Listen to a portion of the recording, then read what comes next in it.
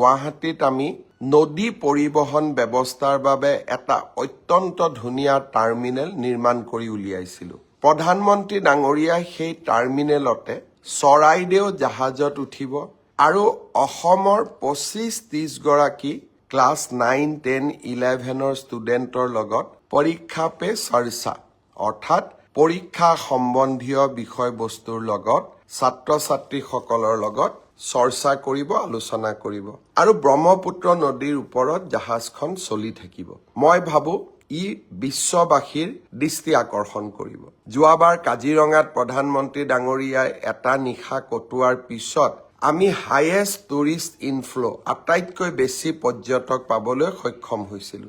এইবাৰ ব্ৰহ্মপুত্ৰ নদীৰ ওপৰত তেখেতৰ ভ্ৰমণ আৰু তাৰ ওপৰত পৰীক্ষা পে চৰ্চা মই ভাবো ব্ৰহ্মপুত্ৰকো এটা আকৰ্ষণৰ কেন্দ্ৰবিন্দু যি হয়েই আৰু অধিক উচ্চতালৈ লৈ যাব।